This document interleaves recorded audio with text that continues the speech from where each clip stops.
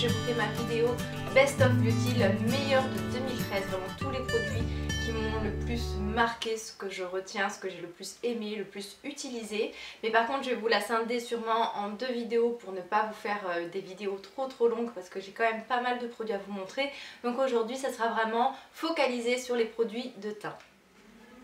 Alors je vais essayer de faire dans l'ordre, donc on va forcément commencer par les produits, les bases de teint. Jusqu'à présent je n'utilisais jamais de base de teint parce que j'avais beaucoup trop d'imperfections et je n'aimais pas ces textures un peu trop siliconées que vous trouvez dans les bases de teint. Mais cette année je me suis enfin jetée à l'eau, j'ai voulu en tester parce que j'adore le maquillage et qu'il faut à tout prix que je teste, enfin il faut à tout prix tester au moins une fois dans sa vie les bases de teint. Et c'est vrai que quand même le rendu du fond de teint par la suite est amélioré, vous avez une meilleure tenue.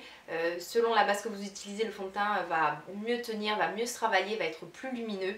Et donc cette année, les 2 que j'ai retenus, c'est la base de chez Smashbox, la Adjust, donc c'est la base qui est de couleur vert. Je vous la montre. Ce que j'ai aimé, alors bon, côté rougeur, je trouve pas que ça camoufle énormément les rougeurs, mais par contre j'ai adoré cette texture que j'ai trouvée poudrée et bien matifiante, ça se fond, on en met très peu, c'est siliconé donc ça glisse complètement sur la peau, ça floute les pores. Après avoir appliqué cette base là, vraiment vous mettez votre fond de teint, vous avez l'impression d'avoir une peau de bébé, des pores complètement resserrés et ça fait vraiment bien tenir le fond de teint. Mais la base qui retient vraiment la palme d'or côté tenue, c'est la base Stay Flawless de Benefit que j'ai eu en fin d'année, mais j'étais vraiment obligée de vous la montrer. C'est vraiment ma base préférée, c'est sous forme de stick, c'est assez rigide, un peu difficile à appliquer parce que ça accroche un peu à la peau, parce que ça fait une texture assez collante. Mais alors avec cette base là, votre fond de teint tient 15 heures, je vous assure que j'ai pu le porter 15 heures, parce que souvent le matin je me maquille les 6h30.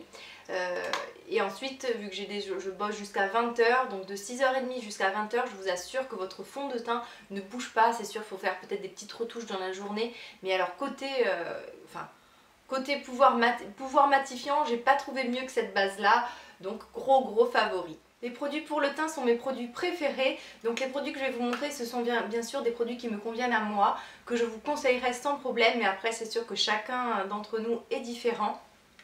Donc je vais commencer tout de suite par un fond de teint que j'ai depuis 2 ou 3 ans désormais. Je vous l'avais présenté au tout début de ma chaîne il y a 2 ans. C'est le fond de teint Revlon Photo Ready. Pour moi c'est vraiment un super favori que je continue d'utiliser avec plaisir. Il n'y a pas une semaine sans que je l'utilise. Ce fond de teint là, ce que j'aime, c'est qu'il est à la fois couvrant, lumineux, modulable. J'aime vraiment à l'intérieur, il a des petites particules irisées sans faire trop glowy, sans faire trop graisser la peau. Il a une excellente tenue, une excellente couvrance. Et voilà, un gros favori. Mon flacon est presque fini, je pense que je vais en racheter un second. Et je l'utilise, comme je vous dis, au moins une fois par semaine. Un autre fond de teint qui m'a suivi vraiment tout le début de l'année et tout l'été, c'est les fonds de teint minéraux d'Everyday Minerals. Donc moi ma teinte c'est la Golden Medium. J'aime prendre la finition intense, la finition couvrante. Moi ce que j'aime c'est que vraiment pour moi ce sont des fonds de teint effet seconde peau complètement...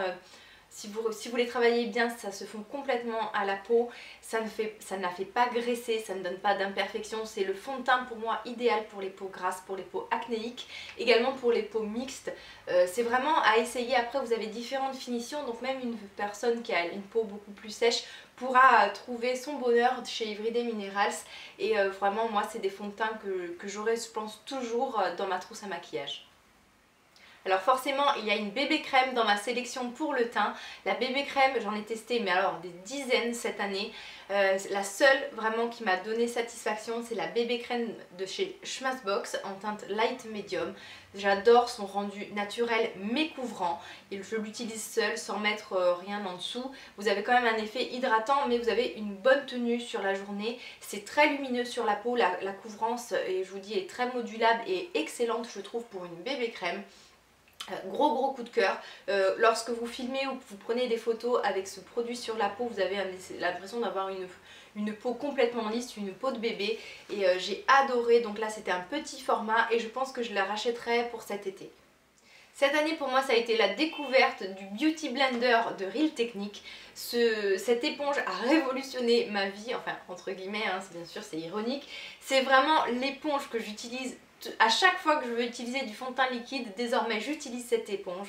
Ça vous donne un rendu super, un rendu beaucoup plus couvrant et naturel. On travaille beaucoup mieux le fond de teint, je trouve, avec cette éponge qu'avec les doigts où ça peut glisser, où on peut se faire des marques partout. Donc voilà, moi j'en mets un peu dessus, je tapote. On a vraiment une belle couvrance, et des pores beaucoup plus floutés parce que du coup vous rentrez bien le produit dans la peau, entre guillemets, là aussi. Et voilà, donc pour moi, c'est vraiment un énorme favori et je pense que cette éponge va me suivre encore toute l'année 2014 et peut-être au-delà. L'anti-cerne qui sort vraiment du lot pour moi cette année, c'est l'anti-cerne de NARS, le Creamy Radiant Concealer. Un fond de teint crémeux à souhait, bien lumineux. Enfin moi je trouve que c'est vraiment le plus que j'ai aimé cette année. J'aime beaucoup sa couvrance. La teinte Honey est parfaite pour moi parce qu'elle contient des sous-tons orangés, donc ça permet de bien camoufler mes cernes qui sont très violacées. Après, si vous avez vraiment le contour des yeux déshydraté, c'est sûr que ça va marquer un peu les ridules, mais ça je pense que tous les anti-cernes le feront. Moi je l'ai vraiment découvert avec plaisir. J'ai mis longtemps avant de l'acheter parce que j'avais peur. Il fait quand même 26 € donc j'avais peur d'être déçue. Je n'ai pas du tout été déçue et je pense que c'est un anti-cerne que je rachèterai. Et un autre qui me fait beaucoup penser à celui de NARS, par contre c'est beaucoup moins cher, c'est celui de chez NYX, le HD Photogénique. Et bien c'est un peu les mêmes, c'est-à-dire très crémeux, qui se travaille bien, une bonne couvrance. Moi ma couleur c'est la teinte médium et vraiment j'alterne les deux.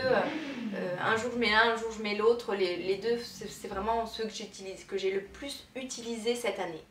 Côté poudre, une poudre que je vous ai déjà montrée, je vous en ai parlé plusieurs fois cette année, toujours d'Everyday Mineral, c'est la poudre Finishing Dust. C'est une poudre de finition très fine, vraiment qui floute complètement les pores, qui matifie bien, qui a un effet complètement transparent, elle est quasiment invisible sur la peau.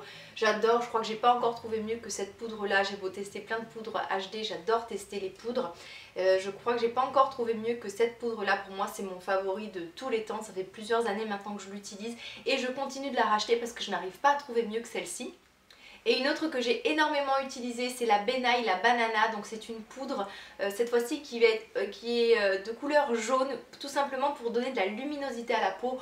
Donc pour enlever un peu le côté terne de la carnation. Donc par contre, le seul bémol de cette poudre, c'est le packaging qui est super, le truc le moins pratique du monde. C'est sous forme, en fait, on dirait vous savez, une poudreuse à talc. Donc on en met un peu dans, moi j'en mets un peu dans le bouchon. Mais après le souci, c'est que si vous en mettez trop dans le bouchon, vous refermez le bouchon, vous en foutez partout. J'aurais adoré avoir cette poudre là dans sous une autre présentation, mais sinon je l'ai vraiment beaucoup utilisée. Là d'ailleurs je crois que je la porte aujourd'hui en plus. Ma poudre contouring préférée cette année, ou du moins celle que j'ai le plus utilisée, oui, puis ma préférée de toute façon, c'est le Hoola de Benefit, qui peut être aussi utilisé comme bronzer, mais la teinte moi je la trouve trop froide pour être utilisée comme bronzer, donc je l'utilise en poudre contour pour sculpter le visage. Voilà, c'est un marron assez froid, pas de ton orangé comme vous pouvez le trouver dans un bronzer, donc parfait vraiment pour sculpter le visage. Et mon bronzer préféré, ça a été sans hésitation la poudre bronzante Golden Refined de chez MAC. Elle est irisée, je trouve qu'elle est très lumineuse, elle est orangée comme j'aime les bronzers. Bon c'est sûr, faut pas non plus le prendre trop orangé pour pas se retrouver carotte, mais moi arrivé l'été, dès que je bronze, mon bronzage a des sous-tons assez chauds et orangés, donc j'adore utiliser ce bronzer là. Je trouve que sur moi c'est le rendu que j'aime le plus. Et voilà, j'ai adoré ce bronzer et je continue encore de l'utiliser des fois en fait en toute petite touche, parce que là on est en hiver, mais c'est un produit que j'adore. J'ai hâte qu'il arrive les beaux jours pour l'utiliser à souhait. Côté blush, gros coup de cœur pour moi pour le blush de Physician Formula de la gamme Mineral Wear. Le blush rose, une pigmentation extrême. C'est vraiment le blush, je crois, le plus pigmenté que j'ai pu tester. C'est un joli rose, un peu poupée Barbie, qui donne tout de suite bonne mine. Il faut vraiment le travailler avec douceur, tellement il est pigmenté et tellement il peut marquer les joues. Mais une toute petite quantité suffit, ça se fond complètement dans la peau. J'adore sa texture un peu veloutée. Côté rendu, c'est pas totalement mat, c'est légèrement satiné. J'adore ce blush et je l'ai utilisé vraiment depuis que je l'ai. Il n'y a pas une semaine où je ne l'ai pas utilisé. Franchement, grosse découverte, gros favori. En finition beaucoup plus satinée, un blush qui m'a suivi tout l'été, c'est le blush Luminoso de chez Milani. J'ai beaucoup hésité entre le Luminoso et le Corallina, mais le Luminoso est beaucoup plus portable au quotidien, beaucoup plus discret on va dire que le Corallina qui est très orangé. Donc là c'est vraiment un blush lumineux. Je l'adore, pour moi ça fait les teintes orangées comme je vous le disais, en blush, en bronzer, c'est ce qui je trouve me va le mieux au teint. Donc voilà, donc un blush que j'ai adoré porter cet été et que je porte encore de temps en temps quand j'ai envie d'un résultat très lumineux. Mais franchement ma plus belle découverte cette année ça a été le blush de Benefit, le Rocateur. Vraiment ce n'est pas du tout un blush vers lequel je me serais tournée avant, c'est un beige rosé.